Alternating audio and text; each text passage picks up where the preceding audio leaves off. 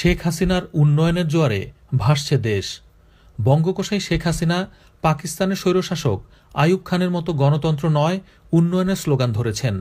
আইয়ুব খানের মতোই ক্ষমতা দীর্ঘায়িত করতে গণতন্ত্র নয়, উন্নয়নের স্লোগান ধরে জনগণের চোখে আইয়ুব খানের চাইতেও নিকৃষ্টতম স্বৈরশাসকে পরিণত হয়েছেন। শেখ হাসিনার কথিত উন্নয়নের জোয়ারে হাওর অঞ্চলের সব বাঁধ ভেঙে তলিয়ে গেছে সিলেট, সুনামগঞ্জ, মৌলভীবাজার, হবিগঞ্জ, নেত্রকোনা, ব্রাহ্মণবাড়িয়া, কিশোরগঞ্জ ও শেরপুরের বিস্তৃত অঞ্চল। কৃষি সম্প্রসারণ অধিদপ্তরের পরিসংখ্যান অনুযায়ী 2,71,115 হেক্টর জমির ধান পানিতে ডুবে গেছে, আর এতে 3,15,00,000 মেট্রিক টন ধান নষ্ট হয়েছে, যার আর্থিক মূল্য 3,776 কোটি টাকা। শুধু তাই নয়, ভারত থেকে নেমে আসা দূষিত পানিতে 1,276 মেট্রিক টন মাছ নষ্ট হয়েছে। এছাড়া নানা রকম জলজ প্রাণী ও পাখি মারা যাচ্ছে ভারত থেকে নেমে আসা বিষাক্ত পানির কারণে। ঠান্ডা ছাড়া আর কোনো উপায় নাই। 50-60 বছরের মাঝে এমনখানি ঘটনা দেখছি। কিভাবে যে চলা, গরু বাছুর যে কিলা ফালা, তো কিছু বুঝা হারাম। এই ব্যাপক ক্ষয়ক্ষতির মূল কারণ অবৈধ শেখ হাসিনা সরকারের লুটপাট ও দুর্নীতি। 2017 সালের 28 ফেব্রুয়ারির মধ্যে হাওর রক্ষা বাঁধগুলো নির্মাণের সময়সীমা নির্ধারিত থাকলেও মার্চ এমনকি এপ্রিলেও বাঁধগুলো নির্মাণ করা হয়নি। উপরন্তু বাঁধ নির্মাণের জন্য বরাদ্দকৃত 123 কোটি 86 লাখ টাকার 80 ভাগই আওয়ামী কাওয়া লীগ ও আওয়ামী মুরগি লীগ কাজ না করে ভাগ বাটোয়ারা করে নিয়ে গেছে। দুর্নীতি অবশ্যই পিআইসিও করেছে, অবশ্যই ঠিকাদার সাহেবরা করেছেন।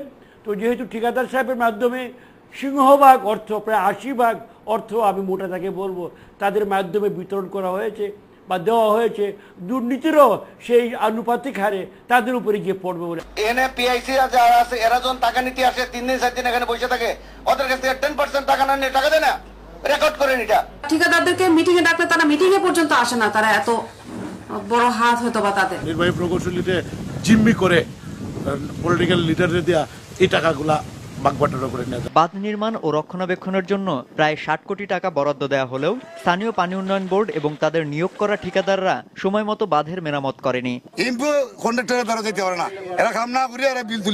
শুধু হাওর অঞ্চলই নয়, শেখ হাসিনার কথিত উন্নয়নের জোয়ারে ভাসছে চট্টগ্রাম মহানগরীও। জলাবদ্ধতা নিরসনে প্রায় 1.25 কোটি টাকার কাজ দেখালেও বাস্তবে কোনো কাজই হয়নি। প্রথম অর্থ বছরে এই খাতে বরাদ্দ দেয়া হয় 22 কোটি টাকা, আর চলতি অর্থ বছরে নালা নর্দমা ও খাল পরিষ্কারে খরচ করা হয় আরও 11 কোটি টাকা, কিন্তু কাজের কাজ কিছুই হয়নি। বাস্তবতা হলো, চট্টগ্রাম নগর আওয়ামী লীগের সভাপতি সাবেক মেয়র ABM মহিউদ্দিন চৌধুরী এবং চট্টগ্রাম নগর আওয়ামী লীগের সাধারণ সম্পাদক ও বর্তমান মেয়র আজম নাসির উদ্দিনের প্রভাব বিস্তার, সন্ত্রাস ও আওয়ামী কাওয়া লীগ ও মুরগি লীগের বেপরোয়া দুর্নীতি চট্টগ্রাম মহানগরীর এই বেহাল দশার মূল কারণ। উনি হেসে হেসে লোককে গুলি করতে পারেন। কমপক্ষে চট্টগ্রাম মহানগরের 12টা লোককে, যুবককে হত্যা করেছেন আপনি আপনার তত্ত্বাবধানে। এই যে একটা খুনি মেয়রের দায়িত্ব বসে আছেন, এমপিওল আর মেয়রে যৌথ উদ্যোগে ইয়াবা আইন পরিচালনা করেন, এই দায়িত্ব পালন করতে পারুন, তা না হলে স্বেচ্ছায় কি গভর্নমেন্ট নিয়ে জানেন আপনি অযোগ্য, অথর্ব। এনএসআইডি যারা আছেন তারা রিপোর্ট দিয়েছেন, উনি মনে হয় পয়সা খাইয়ে নমিনেশন নিয়েছেন। ইয়াবা ব্যবসায়ী তো স্টেজে যারা বসে রাখছেন এরাই তো ইয়াবা ব্যবসায়ী, প্রশাসন সবই জানে।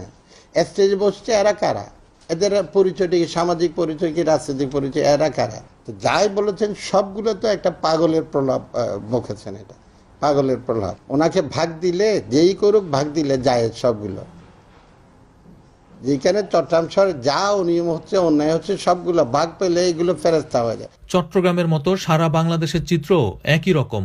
উন্নয়নের কথা বলে বঙ্গকোষাই শেখ হাসিনা ও তার কাওয়া লীগ ও মুরগি লীগ একদিকে জনগণের সম্পদ লুটপাট করছে ও লুটের অর্থ ভাগ বাটোয়ারা নিয়ে একে অপরে ঠোকরাঠুকরি করছে।